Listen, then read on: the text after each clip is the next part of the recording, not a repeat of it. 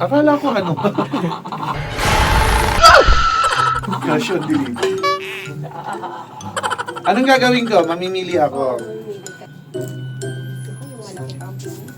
Ay, what's that? Weirdest thing I googled. Weirdest thing na ginugel ko. Oh my God. Bilisan mo, nagbabarilan na ron eh. Dali, ang dami. Isa lang.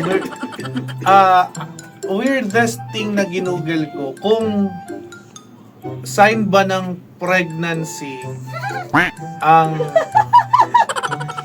ang laging pagiging mainit ng ulo sa akin ng asawa ko. What?